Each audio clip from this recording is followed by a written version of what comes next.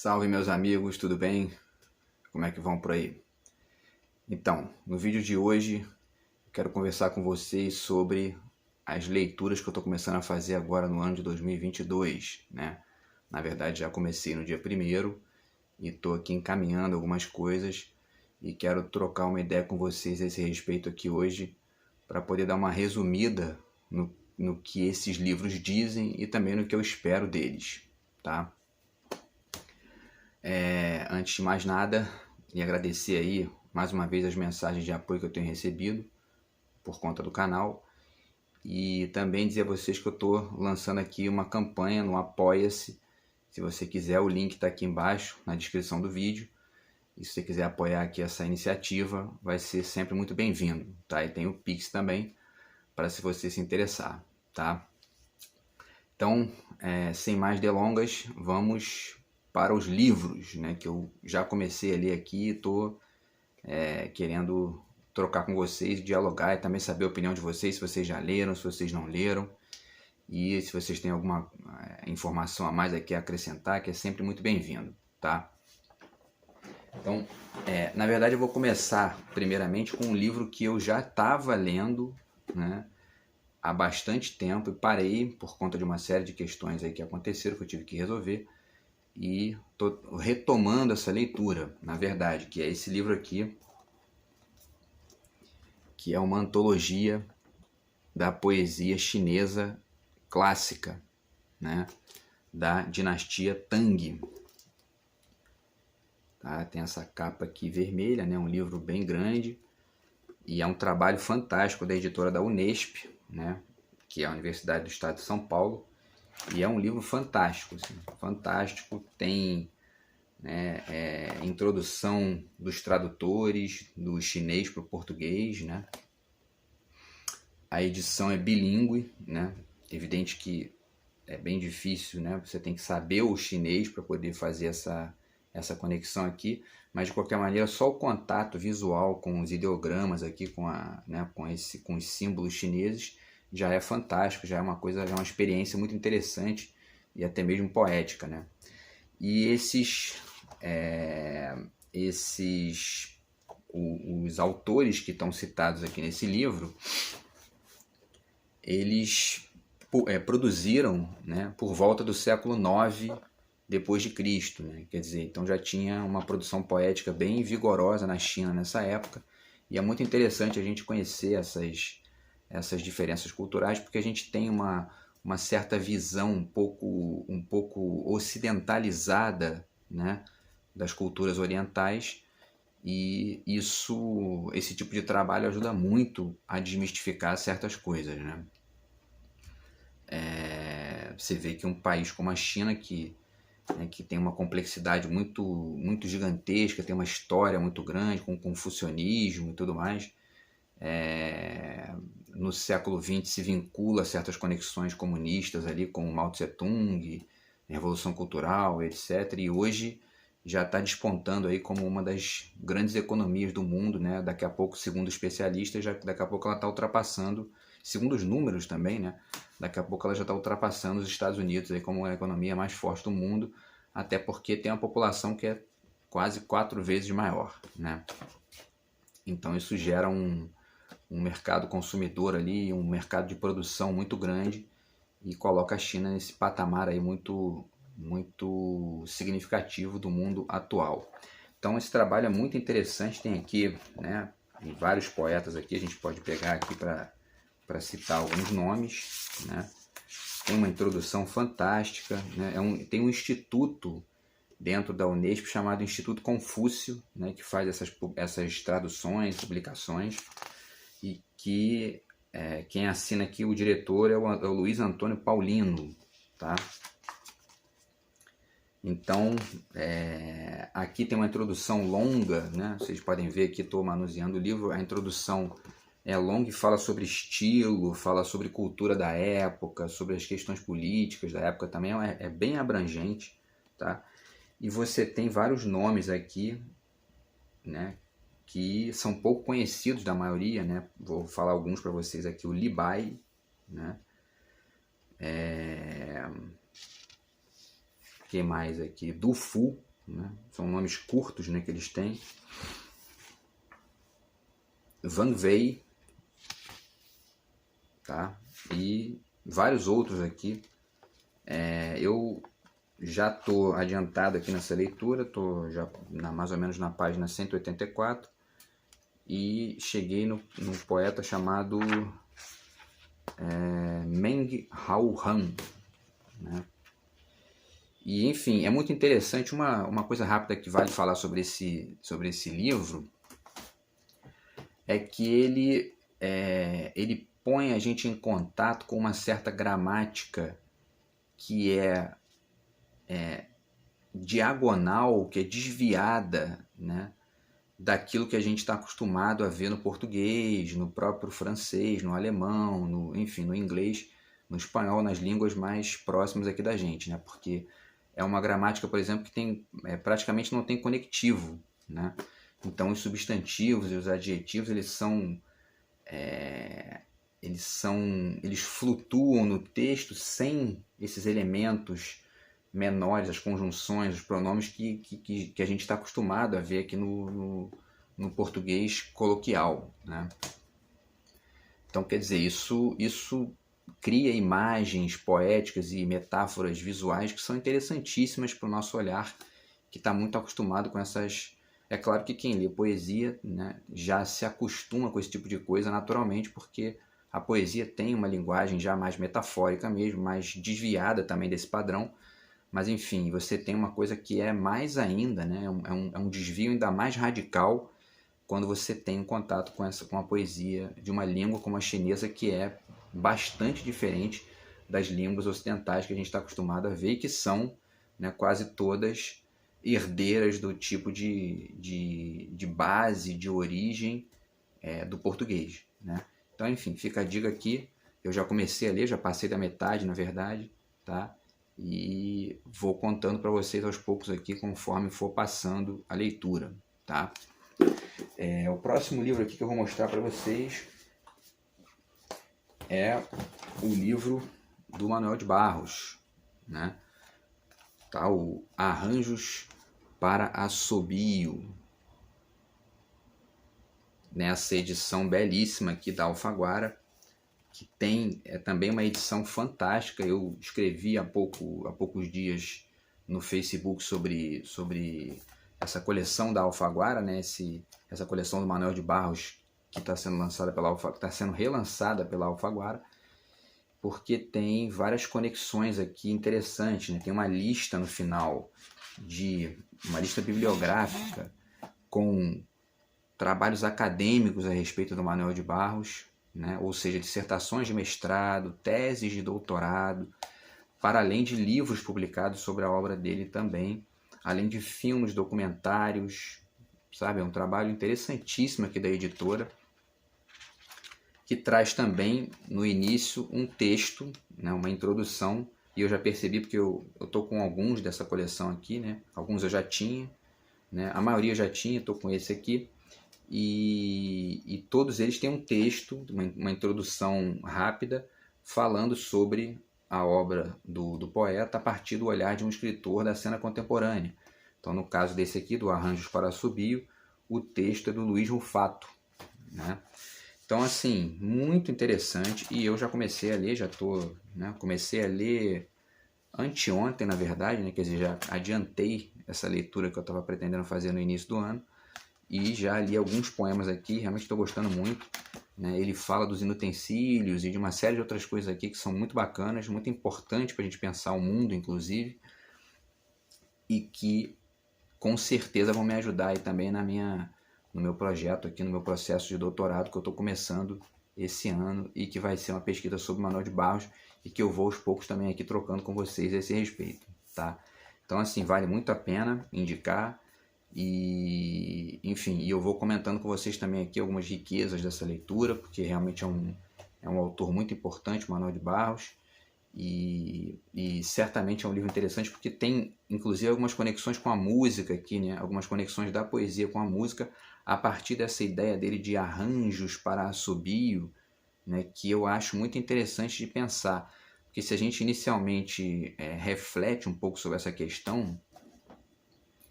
Eu lembro que eu li uma vez um texto, um artigo do Alain Badiou, que é um filósofo francês, num livrinho chamado alguma coisa de inestética. Eu esqueci o nome agora do iniciozinho, mas é alguma coisa de tratado de inestética, alguma coisa assim. Depois eu informo para vocês aqui no próximo vídeo. Mas, enfim, um dos textos desse livro, do Badiou, tem um dos artigos desse livro, é fantástico, e chama-se A Dança como Metáfora para o Pensamento, né? Que é brilhante, assim, um texto brilhante. E, dentre outras coisas, ele fala nesse artigo que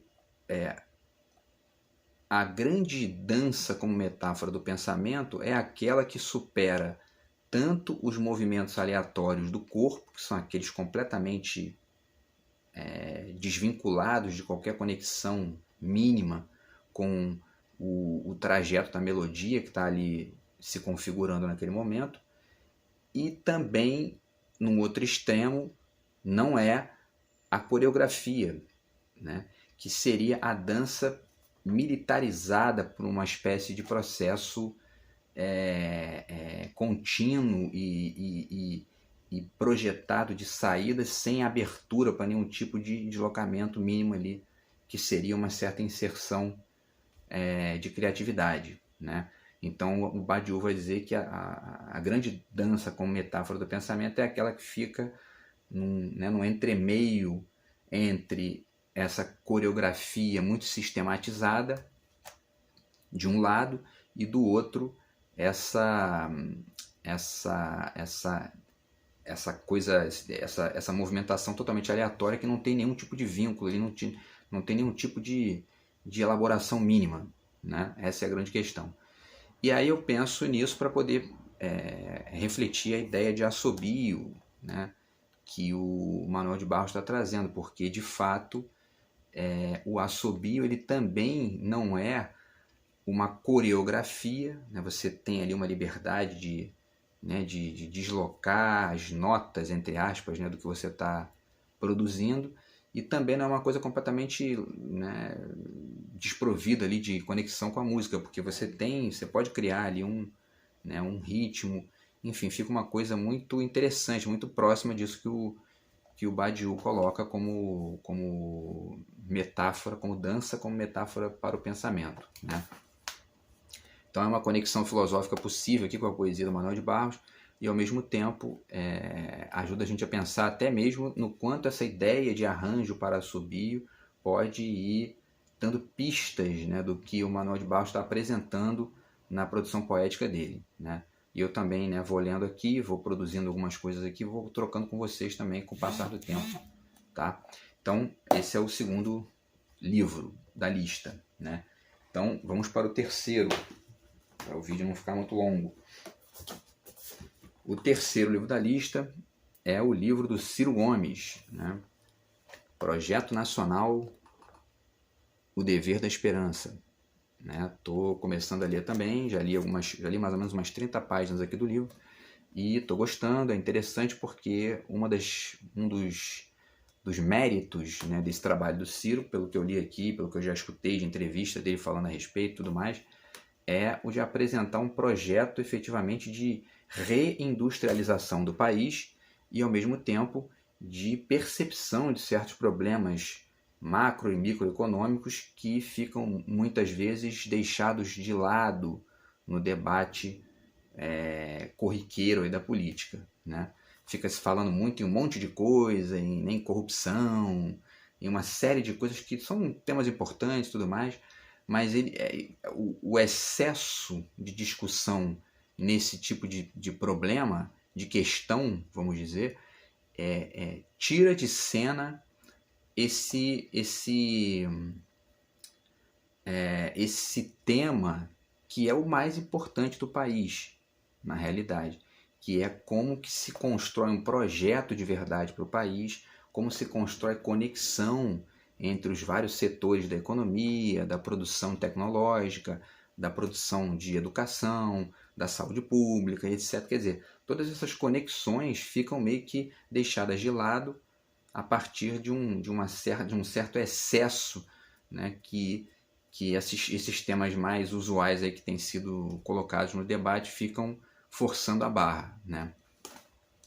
Então eu escuto muita gente dizer, por exemplo, aí que não, porque o Bolsonaro, pelo menos, ele não é corrupto, né? E assim, claro que isso é uma ingenuidade acreditar nisso, né? Porque, enfim, por uma série de questões que a gente também vai debater esse ano aí por conta da eleição, mas para além de ser uma ingenuidade, isso demonstra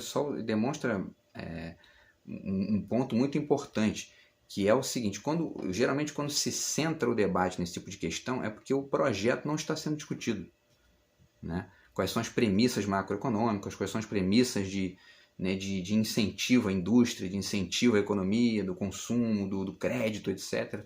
Né? E ao mesmo tempo educação, saúde, quer dizer, essas coisas ficam de fora do debate, né?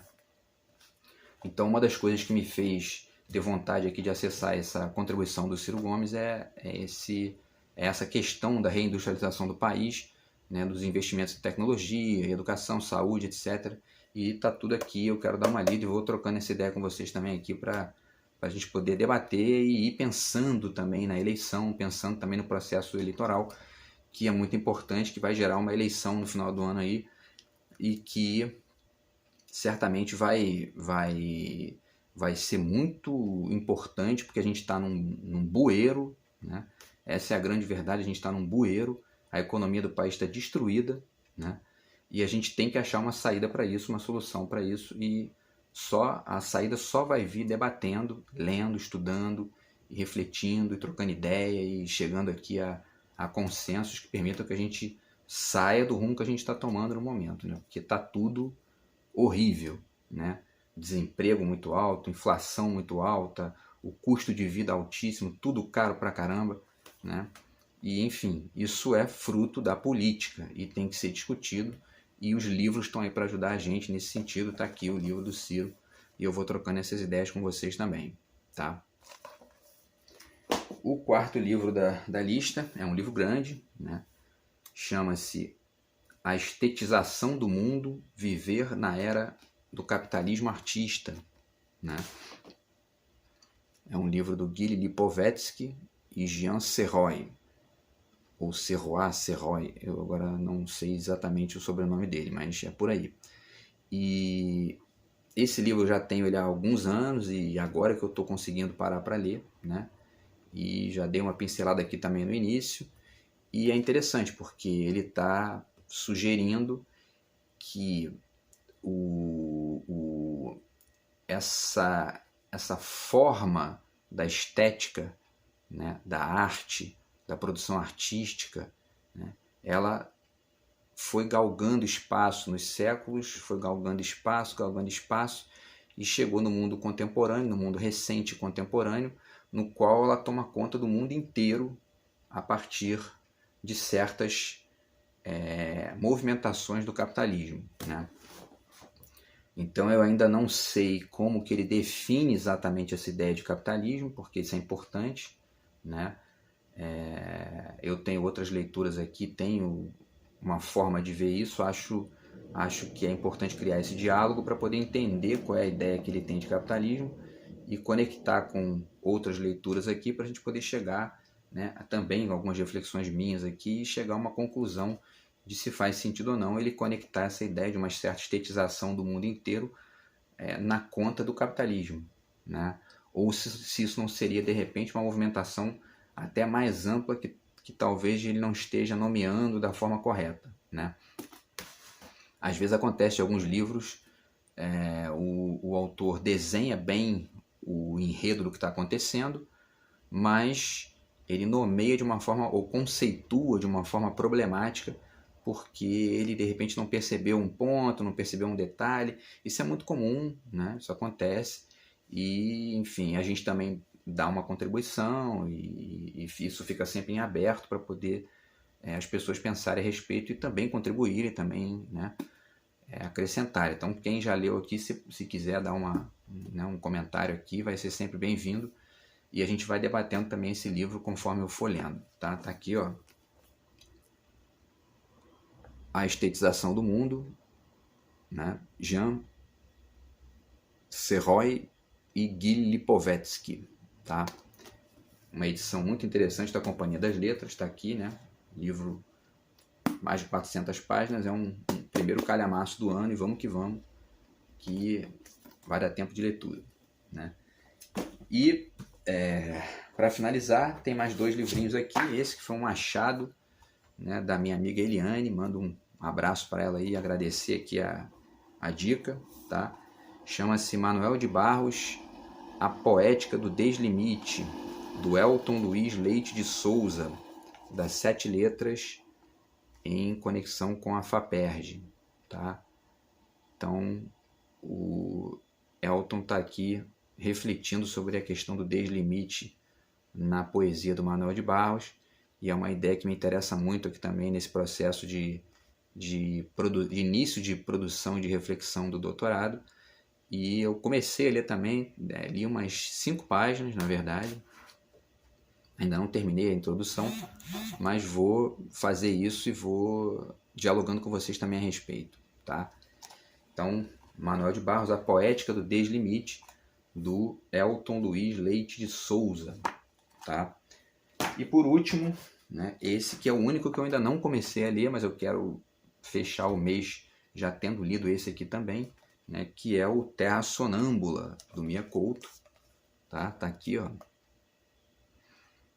Então vai ser, talvez aí, se não me engano, o 6º ou 7º livro dele que eu leio, né? Já li muita coisa boa do Mia Couto, é um grande autor, né? Um grande escritor da cena contemporânea aí, certamente está entre os maiores, uma grande referência para mim também na minha produção de escrita também, porque eu vou produzindo e vou, né, sendo influenciado também pela escrita desses autores que a gente, né, porque acontece dessa forma, né?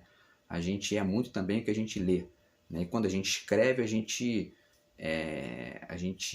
extravasa muito dessas leituras na nossa escrita também, né? Então, certamente tem um pouco de Mia Couto na minha escrita, porque é um autor que eu estou sempre acessando aqui para ver o que ele está escrevendo, para entrar em contato com a produção dele também, para fazer o meu caminho aqui, mas em diálogo com essas pessoas bacanas, inteligentes aí, que estão produzindo coisas vigorosas e bonitas no mundo, né? Eu já li muita coisa do Mia Couto, tem aqui, né? Tem bastante coisa, tem o Antes de Nascer o Mundo, que é um romance fantástico, né? Que inclusive um dos protagonistas se chama Marcelo, inclusive, né? Desse livro. E quando acontece esse tipo de coisa, isso fica marcado na cabeça da gente, né? E o Histórias Abençonhadas também é um livro muito interessante de contos, né? E, enfim, tem E Se Obama Fosse Africano, que é um livro de ensaios dele também, que é genial, genial. E eu vou também falar sobre esses livros aqui aos poucos, né? Que eu tenho tudo aqui, então a gente vai dialogando a esse respeito, né, com o passar dos vídeos, tá? Então é isso, pessoal. Então também é uma edição da Companhia das Letras, está com essas capas novas aqui, né? Então, muito bacana. Esse eu não comecei a ler ainda, mas começarei com certeza, certo? Então é isso, meus amigos. Então são os 6 livros aí que eu vou tentar fechar até o final do mês. Muito provavelmente esse do Lipovetsky vai ser o único que eu não vou conseguir terminar até o final do mês, porque é um livro maior e demanda ali mais um tempo, né, de leitura, né? Mas os outros certamente eu vou conseguir terminar e a gente vai dialogando. E de qualquer maneira o livro do Lipovetsky também, pintando alguma questão interessante ali, eu trago para a gente gerar debate aqui no canal, tá? Então é isso. Obrigado aí pela audiência de vocês e espero que no próximo vídeo a gente se encontre de novo, tá bom? Grande abraço. Valeu!